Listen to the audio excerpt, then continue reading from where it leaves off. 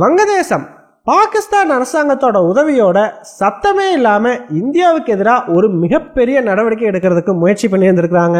ஆனா வங்கதேசத்தினுடைய இந்த நடவடிக்கையை இந்திய உளவுத்துறை இன்ச் பை இன்ச்சா கண்டுபிடிச்சிட்டாங்க. இந்த வீடியோல நம்ம என்ன பார்க்க போறோம்னா, வங்கதேசம் இந்தியாவுக்கு எதிராக எடுத்த அந்த நடவடிக்கை என்ன, வங்கதேசத்தினுடைய இந்த நடவடிக்கை இந்தியாவுக்கு எவ்வளவு பெரிய ஒரு ஆபத்தை உருவாக்குறதுக்கான வாய்ப்பு இருக்குது அப்படிங்கறதையும் பார்க்க போறோம். கூடவே இந்திய உளவுத்துறை இதை கண்டுபிடிச்சது எப்படி, இதை தடுக்கிறதுக்கு என்ன மாதிரியான நடவடிக்கைகள் எடுத்துட்டு வர்றாங்க அப்படிங்கிறது ரொம்பவே டீடைலா இந்த ஒரு வீடியோல பார்த்தலாம். வீடியோவை லைக் பண்ணிக்கோங்க, சேனலை சப்ஸ்கிரைப் பண்ணிக்கோங்க. வாங்க வீடியோக்குள்ள போயிடலாம். அறிவோம் தெளிவோம் உறவுகளுக்கு அன்பான வணக்கங்கள்.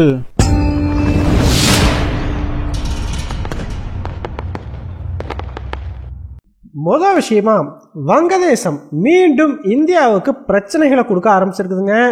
அதிலும் குறிப்பா இந்த முறை ரொம்பவே தீவிரமான பிரச்சனை அப்படின்னே சொல்லி ஆகணும். காரணம், பாகிஸ்தான் உளவுத்துறையான ISIனுடைய தலைவரும் கூடவே 4 உளவுத்துறை அதிகாரிகளும் வங்கதேசத்துக்கு விசிட் பண்ணிருக்காங்க.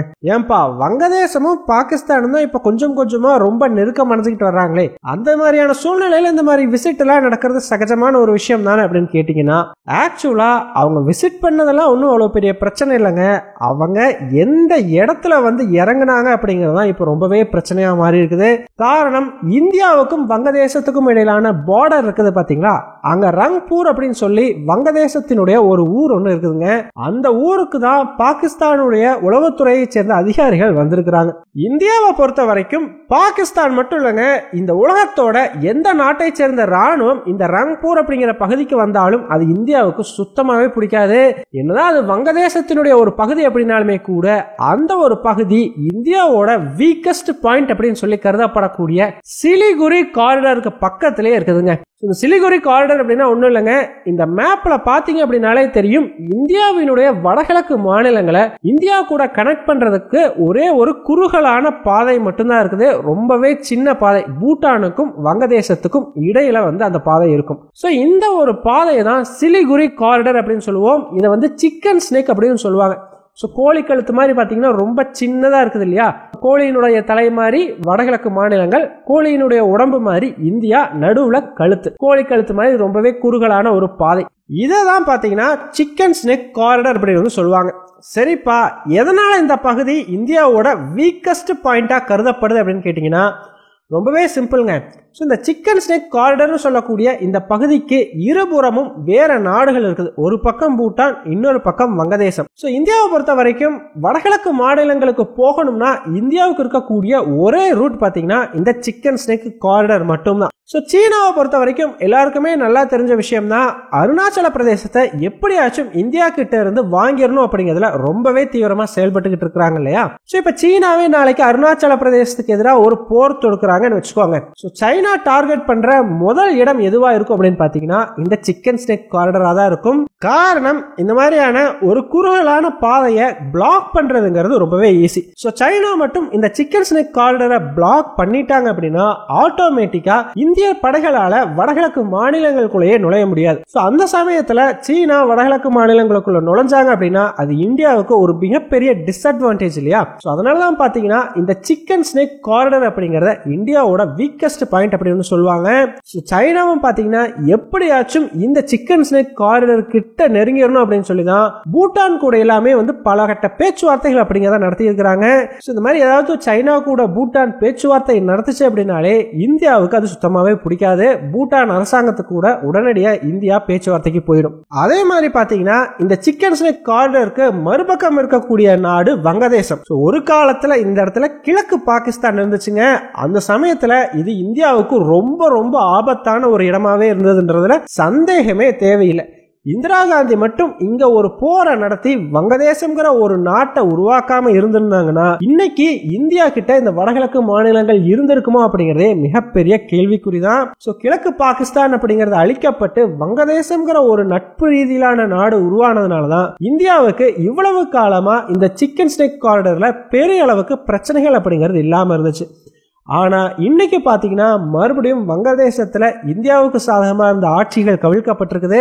மறுபடியும் பாகிஸ்தான் உள்ள நுழைய ஆரம்பிச்சிருக்குது. இது இந்தியாவுக்கு கண்டிப்பா ஒரு சிக்கலை உருவாக்கும்ங்கிறதுல சந்தேகமே தேவையில்லை.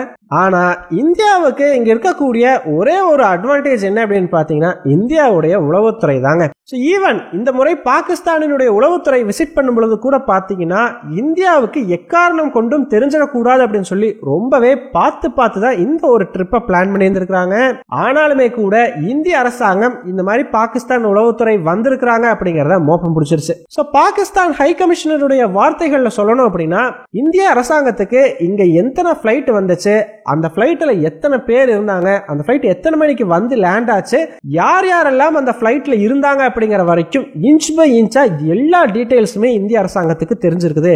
இன்னுமே இந்தியாவினுடைய உளவுத்துறை வங்கதேசத்துக்குள்ள ஸ்ட்ராங்கா இருக்கிறாங்க. அதனால இந்தியா கண்கள்ல இருந்து எதையுமே வந்து வங்கதேசத்துக்குள்ள பாகிஸ்தானால மறைச்சு பண்ண முடியல அப்படிங்கிற ஒரு விஷயத்தை பாகிஸ்தானினுடைய முன்னாள் ஹை கமிஷனரே வந்து பாத்தீங்கன்னா ஓபனா சொல்லியிருக்கா. அப்படி இந்திய அரசாங்கமே பாத்தீங்கன்னா இந்த ஒரு விஷயத்தை நாங்க க்ளோஸா வாட்ச் பண்ணிட்டு இருக்கிறோம் அப்படின்ற மாதிரி தான் சொல்லியிருக்கிறாங்க. இந்த இடத்துல தான் நம்ம எல்லாத்துக்குமே ஒரு மிகப்பெரிய டவுட் ஒன்று வரும். பாகிஸ்தான் உளவுத்துறை இந்த பகுதிக்கு வந்துட்டு போனதுனால இந்தியாவுக்கு என்ன மாதிரியான ஆபத்துகள் எல்லாம் வர்றதுக்கு வாய்ப்பு இருக்குது அப்படின்னு கேட்டீங்கன்னா, முதல் விஷயம், இந்தியாவினுடைய வடகிழக்கு மாநிலங்கள்ல வரலாற்று ரீதியாவே பாத்தீங்கன்னா பல கிளர்ச்சி குழுக்களும் உண்டுங்க. நிறைய ரிபல் போர்சஸ், அதுலயும் குறிப்பா கிழக்கு பாகிஸ்தான் அப்படின்னு சொல்லக்கூடிய ஒரு நாடு இங்க இருந்த வரைக்கும் எக்கச்சக்கமா வடகிழக்கு மாநிலங்கள்ல பிரச்சனைகள் அப்படிங்கிறது இருந்தது. நிறைய கிளர்ச்சி குழுக்கள் ஒருத்தரோட ஒருத்தர் சண்டை போட்டுக்கிட்டே இருந்தாங்க.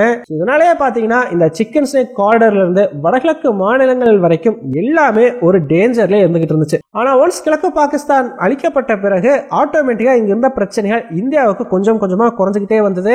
இந்த கிளர்ச்சி குழுக்களும் ஒவ்வொருத்தரா இந்திய அரசாங்கத்துக்கு கூட அமைதி பேச்சுவார்த்தைகளை கையெழுத்திட்டு ரொம்பவே வந்து சைலண்டா வந்து போயிட்டாங்க.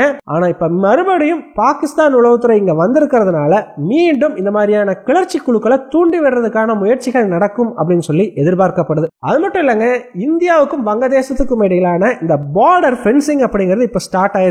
இவ்வளவு காலமா இந்தியாவுக்கும் வங்கதேசத்துக்கும் இடையில பார்டர்ல எந்த வகையான வேலிகளுமே வந்து கிடையாது. ஃப்ரீயா இந்த ரெண்டு நாட்டை சேர்ந்தவர்களும் மூவ் ஆயிக்கலாம் அப்படிங்கிற மாதிரி தாங்க இருந்துச்சு. இதைத்தான் நம்ம போரஸ் பார்டர் அப்படின்னு சொல்லுவோம். ஆனா எப்ப வங்கதேசத்துல ஆட்சி கவிழ்ந்ததோ அப்பயே இந்திய அரசாங்கம் ஓகே இதுக்கு மேல இது இப்படியே விட்டு வச்சோம்னா நமக்கு நிறைய பிரச்சனைகள் வரும் அப்படின்னு சொல்லிட்டு இந்த பார்டர்ல கம்பி வேலி போடுறதுக்கான நடவடிக்கைகளை எடுத்துக்கிட்டு வர்றாங்க.